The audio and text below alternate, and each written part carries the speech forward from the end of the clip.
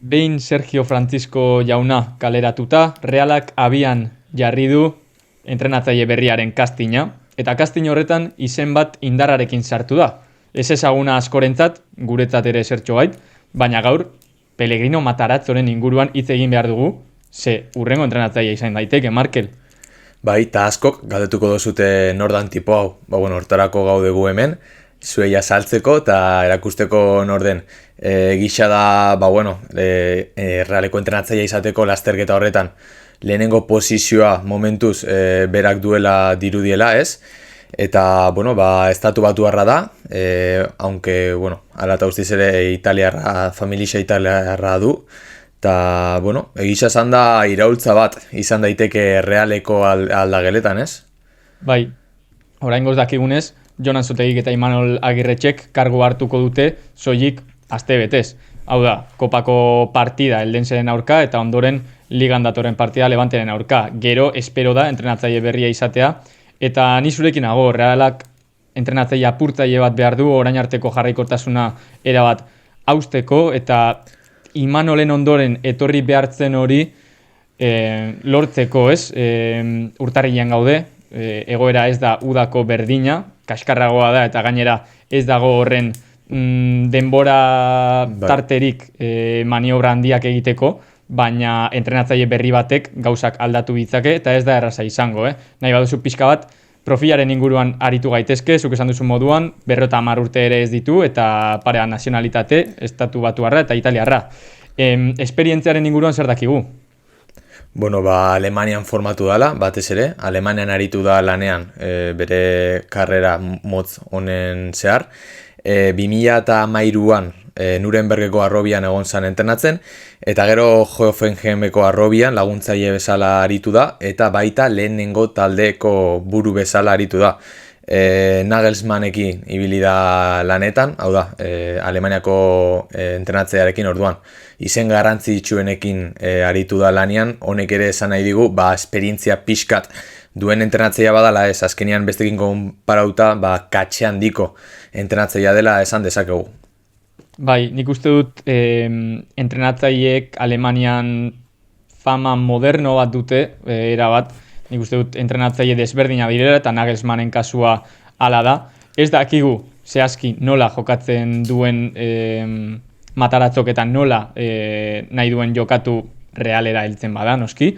Baina, esperientzia Alemanian hartu du, ez? Hoffenheimeko lehenengo entrenatzaile izan zen, Stuttgarten ere lehenengo entrenatzaile moduan ibili da, eta horixe da bere ibilbide laburra. Ez dauka esperientziarik liga horretatik kanpo, eta orduan hori kontrako puntu bat izango zen, baina esan dezakegu Alemanian ondo ezita daudela eta ondo ikasita entrenatzaileak, eta horrek lasaitzen hau pixka bat behintzat. Zeintzu dira bere lorpenak, gauzak ondo egin ditu hainbat taldeetan, eta gero, zoritxarrez, kaleratua izan da.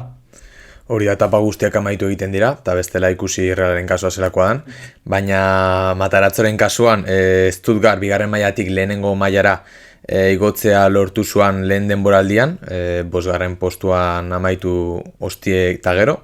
Gero 2023ko txaian Hoffenheim hartu eta salbatu zuan, azken 10 partidetan, 5 garaipen, eta 2 berdinketekin.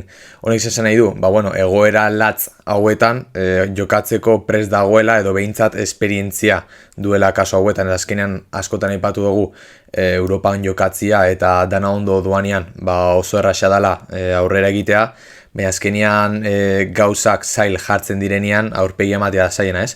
Eta badirudi entrenatzaile honek karakter hori duela. Gero bestetik 2024an Hoffenheimekin Europara juntzan, eta azkenik 2025an kaleratuta izan zen, baina bere jokalariak berarekin geratu zian, ez azkenean partida honak utzi zituen eurekin, eta honek erakusten digu benetan jokalarekin gustora ibiltzen den entrenatzailea dela. Bai, agian emaitzek ez zuten lagundu, baina behintzat jokalarien babes hori edo berotasun hori bazuen, eta hori garrantzitsua da eta garrantzitsua izango litzateke Realean. Ze orain momentuan Realeko aldagela ez dakigu barnetik nola dagoen, inork ez digu esan, baina kanpotik nabaritzen da zerbait ari dela hor barruan mugitzen eta ez dela erraza aldagela horretan dauden egoekin, pertsonalitate desberdinekin eta karakter desberdinekin lan egitea gainera horrelako egoera zail batean. Hoffenheim hartu zuenean, zuk aipatu bezala, otsailean hartu zuen, kasu honetan Reala abenduan hartuko luke. Otsailean hartu zuen eta azken 10 partietan taldea salbatu zuen. Realaren kasua ez da horren ekstremoa, baina hala ere, punto hori dauka alde ez. Ikusten baditugu aldeko gauzak eta kontrako gauzak, bietan aurkitu ditzakegu punto batzuk, kasu hon bat izan daiteke gazteekin lan egiten dakiela eta hori berarengan gehien nabarmentzen den ezaugarrietako bat dela, behintzat Alemaniako medioetan eta Alemaniako testuinguruan. Eta batez ere freskua karriko duela, sistema aldetik ikusten dugu Espainiako ligan oroar linea kontinuista erabiltzen dela, azkenean talde gehienetan ikusten duzu ze sistema erabiltzen duten, eta orokorrean 4 defentsekin jokatzen dute, 3 erdian eta beste 3 goian, normalean nola aritzen dira. Kasu hontan ikusten dugu Alemanian Xabi Alonsorekin ikusi guen adibidez, Leverkusenen eta baita Matarazzoren kasuan ere, 3 defentsa erabiltzea, inkluso 2 ere, 2kin jokatzen duela ere ikusi dut. Orduan, alde horretatik interesgarria da entrenatze honen apustua, baina hala ere, aire fresko hau, eta berriro aipatzen nik uste garrantzitsuena dela sistema aldetik. Ez gara ari esaten entrenatzei horrek futbola asmatuko duela orain bat batean Sovietara heltzen denean, baizik eta Imanolekin ikusi genuena azken denboraldi honetan, eta Sergio Franciscorekin erabat aldatzea espero genuena, eta ez dena aldatu, Imanolek 4-3-3a oso egonkortua zuen Realean, Sergio Franciscok gehiago aldatzen zuen Sansen, eta eskema aldaketa horrek aberaztasun bat emate zion Sanseri, baina ikusi gut lehen taldera heldu denean ez dela horrela izan. Eta entrenatzaile berri bat ekartzeak ideia berriekin edo desberdinekin behintzat, jarraikortasun hori apurtu dezake horrek, eta behintzat zerbait desberdina bilatu denboraldia altxatzeko. Beste alde on bat, kanpotik ekarritako perspektiba dela, eta ez dagoela orain arteko Realeko nukleoan. Nik uste dut nukleo hori gero eta toksikoagoa joan dela bihurtzen, eta ikusi dugu nola amaitu duen. Ez gara ari esaten, Sergio Franciscoren harremanak gaizki amaitu duela beste Realeko karguekin, baina nik uste dut giroa ez dela onena izan. Baita batez ere sartu aurretik, ez dakit nola ipatu, baina ariren bat lotuta zeola lehenengo taldera, azkenean Sergio Franciscoren kasuan, Alguazilen kasuan ere beti egon dira Realarekin elkartuta, eta nik uste zuke batu zuen bezala kanpotik etorritako perspektiba horrek asko lagunduko duela batez ere aldagelako jerarkia pixkatxo bat apurtzeko, edo itxasoa baretzeko gero bere alde txarrak ere baditu, noski. Esperientzia bakarra lehen aipatu egun bezala Alemanen izan da, eta ontzat eta txarra ere izan daiteke, baina guk txarra bezala aipatu dugu, azkenean Espainiako liga oso xelebria oso bitxia da, eta nola moldatzen dan oso garantzitsua izango da batez ere. Gero, ez Europan eta ez Kopan ez du arrakastarik izan, eta azkenik Realaren aldagelarekin tratatzia momentu hontan, nik uste ez dala oso erraixa izango do behintzat sekulako ez dakita pustua izango dela. Claro, nik uste txamponak bi alde dituela, kasu honetan aldagela ez du ezagutzen eta horrek alde egin dezake, baina kontrara ere bai. Orain momentuan erronka politxa da. Hor barruan dauden egoak eta futbolari garrantzitsuenen nahiak asetzea ez da erreza. Eta Alemanian soilik eta pare bat taldetan soilik entrenatu duen entrenatzaile batentzat are gutxiago. Gero beste gauza on asko izango ditu, baina esperientzia falta hori aldagela handi bat, esango dugu handi bat Realaren kasuan, tratatzeko orduan ez da erreza, eta gero hori, azkenean ikusi dugula ligan arrakasta moduko bat izan duela, azkenean bi talde igo ditu lehengo mailara, baina hortik aratago Europara klasifikazio sailkapen bat lortu du soilik eta ez da joan aratago, ez du Europan bertso oso onik erakutzi, eta kopan ere guk dakigunez behintzat ez da arrakastatu izan. Baina, bueno, horrek dira azkenean zuzendaritzak hartu ditzaken arriskuak horrelako entrenatzaile bat jartzerako orduan.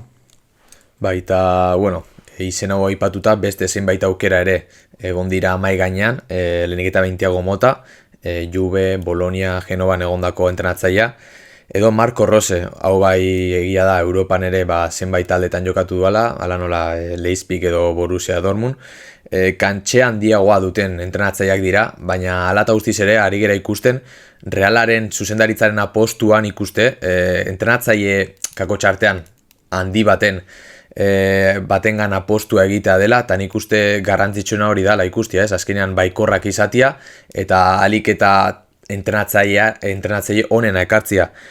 Zan dezakegu, eta galdera nagusiena hori izan daiteke, erabaki hona izan da Sergio Francisco kaleratzea? Denborak bakarrik daki hori, erabaki hona edo txarra den, baina nik uste erabakia beharrezkoa zala momentu hontan, eta Gabonak baino lehenuo hartu beharreko erabakia zala. Bai, eta aukera desberdinen artean batekin geratzea ez da erreza, batek agian diru kantitate zehatz bat eskatzen du, beste batek baldintza zehatz batzuk, fitxajeak, ez dakigu zer dagoen hor negoziaketen atzean, baina badirudi lehenengo aukera orain momentuan Matarazzo dela, ez dakigu besteak baino hobea izango den edo ez, baina Realaren zuzendaritzak hori uste du honena dela klubarentzat. Orduan, orain ikusi behar da, entrenatzaile berri hau heltzen denean, nola kudeatzen duen taldea, ze hurrengoko partiduak ikusten baditugu, pixkat beldurtzekoa da, taldearen egoera ulertuta orain momentuan, ze ligan, Levanteren ostean, Atletico Madrid jasoko dugu etxean, eta gero partiden abalantxa txiki badator, Getafe, Barça, Celta, Atletik, Elche, Real Madrid, hau da, ez dira aurkari errazak, eta taldea begira nola dagoen orain momentuan. Orduan, entrenatzailearen lana, lehen ez bada igartzen, Realak sufrituko du denboraldi amaiera honetan. Ikusten badugu entrenatzailea iritsi bezain laster, amildegi baten ertzian topatuko duela bere burua, ikusten dugu ligako segurazki 5-6 talde honenen kontra lehiatuko dala Reala, eta kristoneko erronka dela. Baina ala eta guztiz ere ikuste, maila honetako entrenatzaile bat ekarrita, alde batetik mugimenduak egongo direla neguko merkatuan, eta nik uste segurazki hori izan dela gakuetako bat entrenatzaile bat etortzeko ze da honakin nik uste momentu hontan gauzak ez badira asko aldatzen, ez duela ematen gehiagorako eta bestetik, helburu nagusia nik uste Europa izan beharko litzatekela, behin konkortuta dagoanean aldagelarekin, baina ala eta guztiz ere nik uste kristoneko erronka dela, eta benetan gogorra izan beharko dela etortzeana. Lortuz gero pixkat putzutik ateratzea eta burua altxatzea, Europa da helburua, baina Europa zen helburua denboraldi hasieran, eta begira nola gauden orain momentuan, orduan errealistak izan behar gara, taldearen momentua ulertu, gure babesa erakutsi taldeari, baina zoratu gabe, eta gauza eta erabaki logikoak hartuta zuzendaritzaren partetik batez ere. Orduan ikusiko dugu, neguko merkatua irikitzen denean zer gertatzen den, eta Levanteren ostean nor heltzen den Realeko aulkira. Hori da, batez ere oso egi dauden jokalariak, zona de konfort horretatik ateratzeko, eta beste aurpegi bat erakusten duten. Momentuz Bixar, Lenseren kontrako kopako partida hori dugu, Oiartzabal bueltatu da ez baldin Nabil Gaizki, ez du entrenatu taldearekin, baina bueltatu egin da, kapitainaren papera betetzen. Eta nik uste naiz eta ez jokatu horretarako egongo dala, Antzotegiri laguntza eskintzeko, eta nik uste Oiartzabal ez izatiak ere, erakin bat izan duela Realaren porrota horietan, baina hala eta guztiz ere, momentua da erakusteko, eta behintzat urtia, alik eta modu hoberenian amaitzeko. Hori da.